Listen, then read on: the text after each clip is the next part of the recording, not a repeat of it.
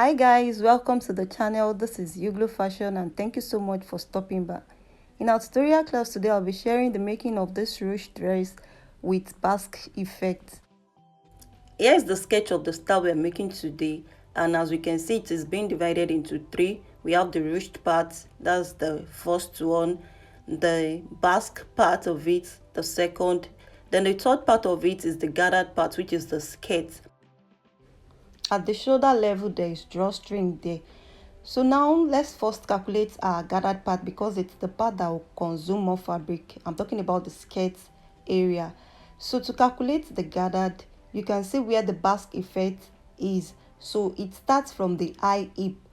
What we will do now is to subtract the eye hip from the full length of the gown.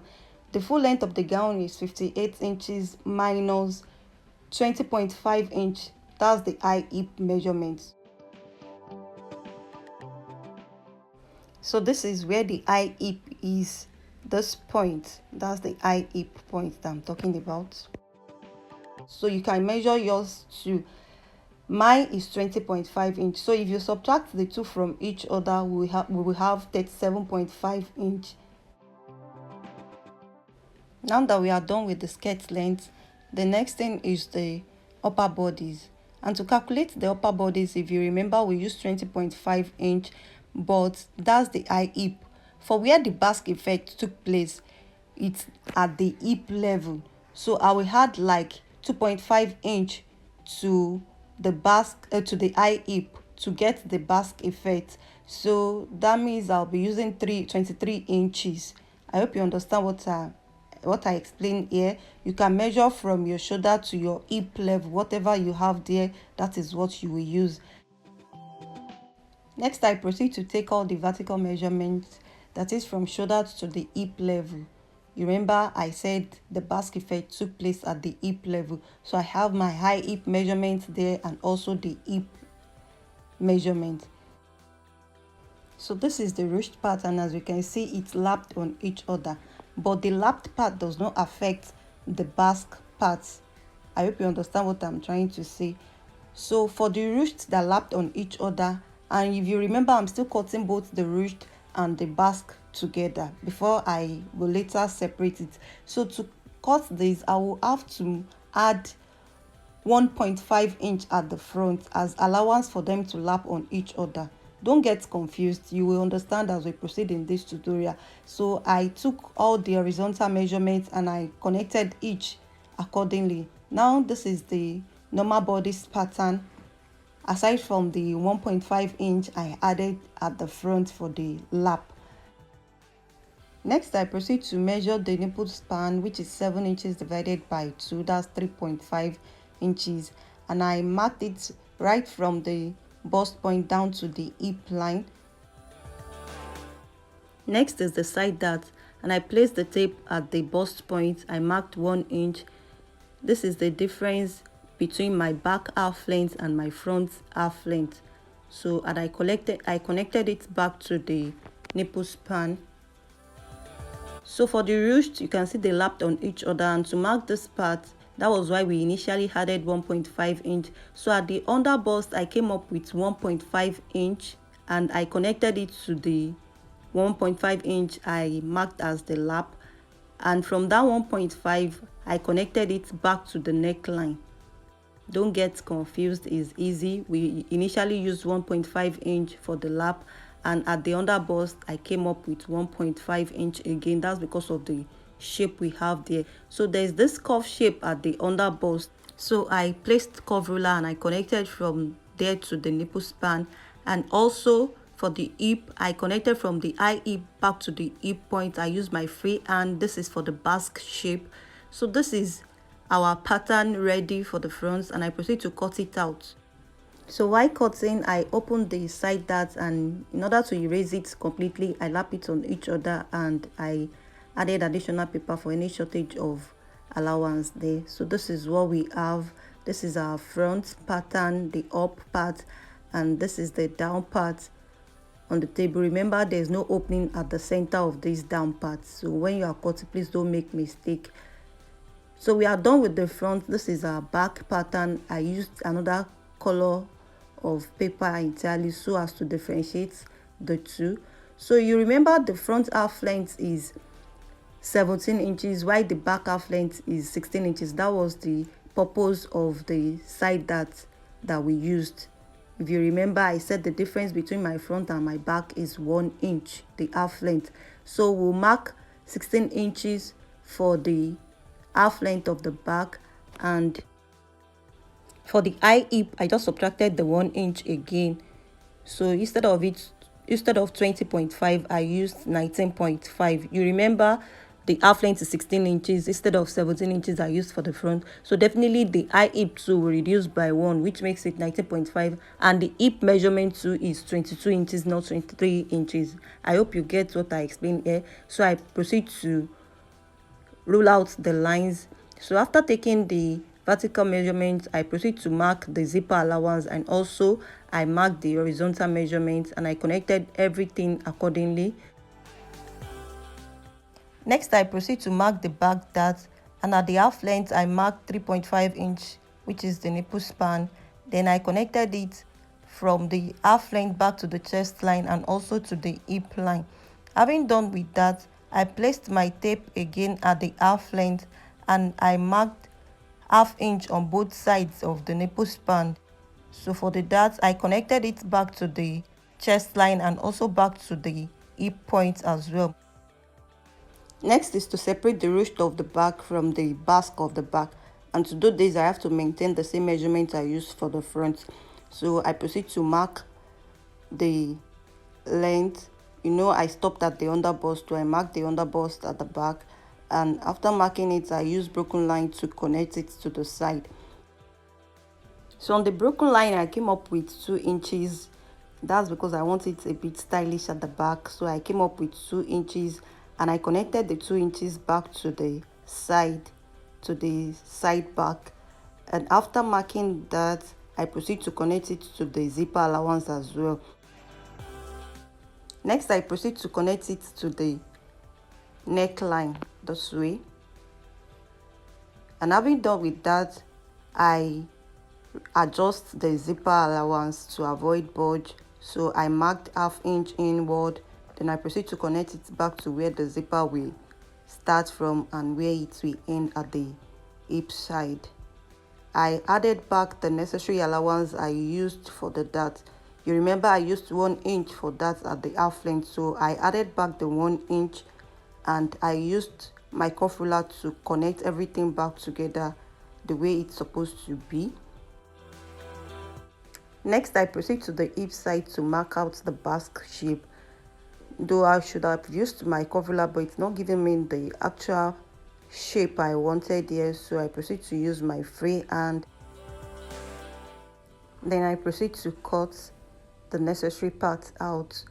So remember, there is that at the back, so the part that doesn't align well at the upper side, I added an additional paper just to ensure that they align well. Next, I pick the front pattern, and it's time to do our slash and spread method. So at the shoulder level here, I marked 1 inch each at the shoulder level, so I have like 4 lines there. Then I proceed to connect to the hem of the ruched. So you can actually slash yours more than 4 times. Instead of using 1 inch, you can decide to use 0.5 inch or 0.75 inch. It's your choice anyways. So after marking the lines, I proceed to cut it out. Then I picked another pattern paper. I started the spread method. So when you are spreading, you measure from the midpoint of your neckline down to your desired sleeve length. So my own desired sleeve length is 11 inches. I added 4 inch allowance because of the drawstring. You know, there's going to be ruffled there. So when I drag the string or the rope, I don't want it too saggy at the bust side. If the allowance is too much, it will be too saggy at the bust side. So in order to avoid the sag, I used 4 inches. So the total I'll be using for the shoulder is 15 inches in total. So I placed my pattern on another paper. The first pattern I placed it, I measured 15 inches. So I ensured that the last pattern ends at the 15 inches, and I began to place the remaining pattern. So after that, I marked it out and I added 1 inch extra for the drawstring. You know, I'll be folding the shoulder side in order to fix the robe. So this is what we have at the end of the day. We are cutting 2 of this pattern. That's for the front. So for the back, I slash and spread again, and I ensured that the shoulder of the back and the front align. So I used 15 inches again for the shoulder of the back, and I placed the remaining pattern accordingly. I added 1 inch also to the shoulder side because of the drawstring, and next I proceed to cut the pattern out. So we are cutting 2 of this pattern as well. So this is the end result of the slash and spread. The next thing is to place it on our fabric. So I placed it on my fabric and I cut. At first I cut the front pattern.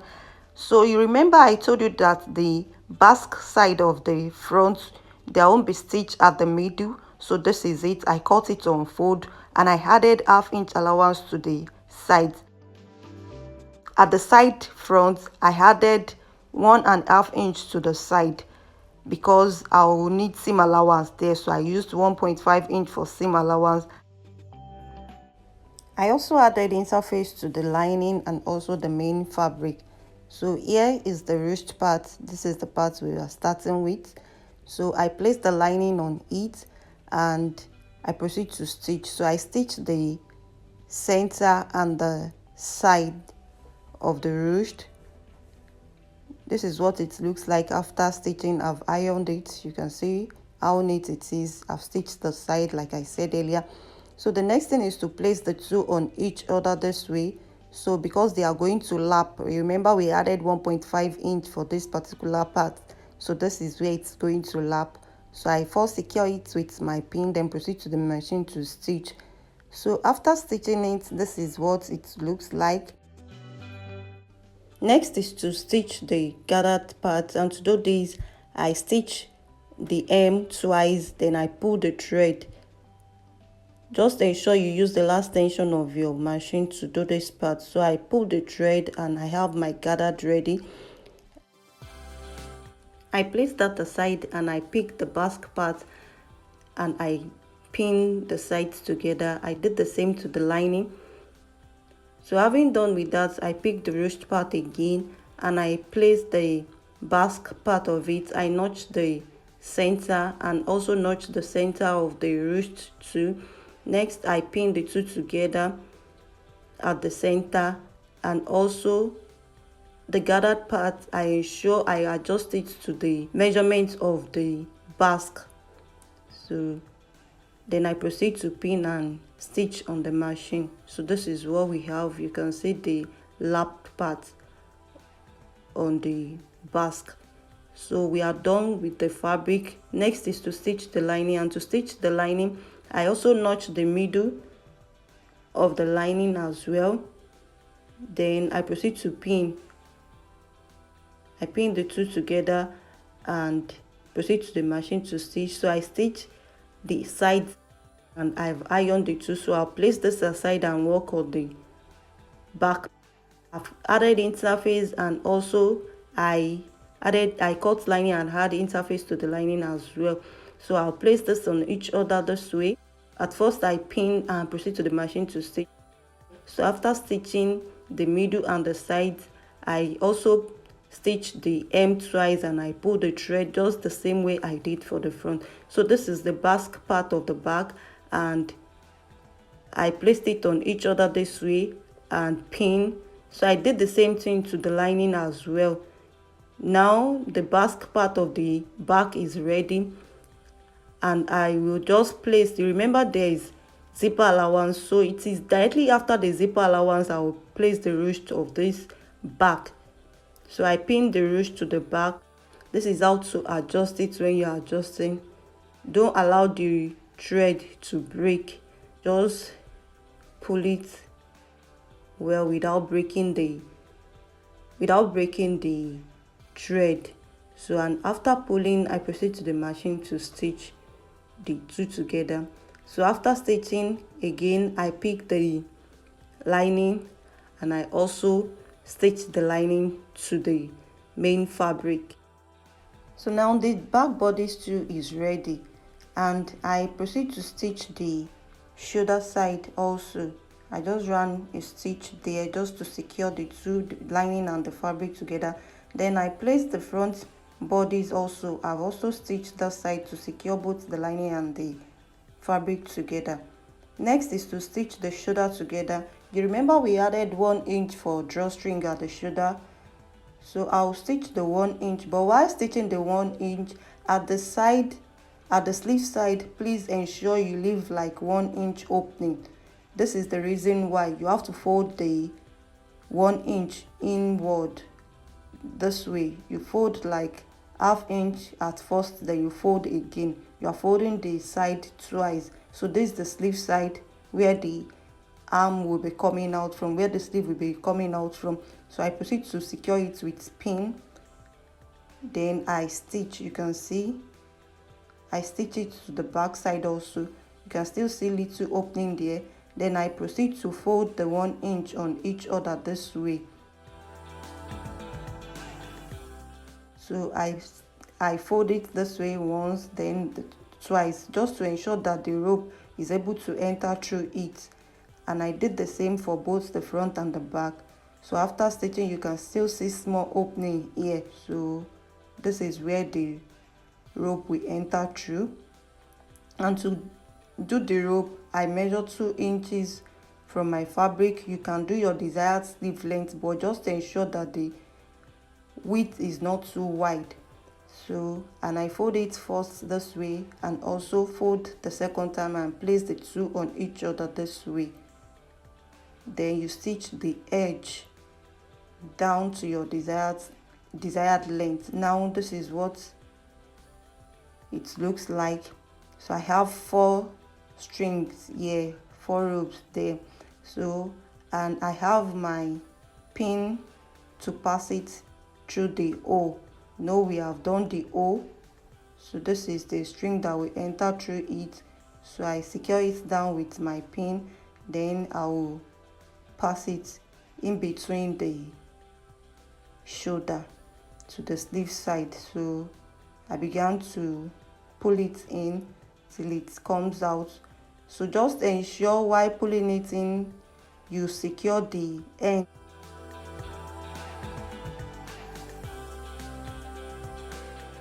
So I've proceeded to the machine to stitch the shoulder side together.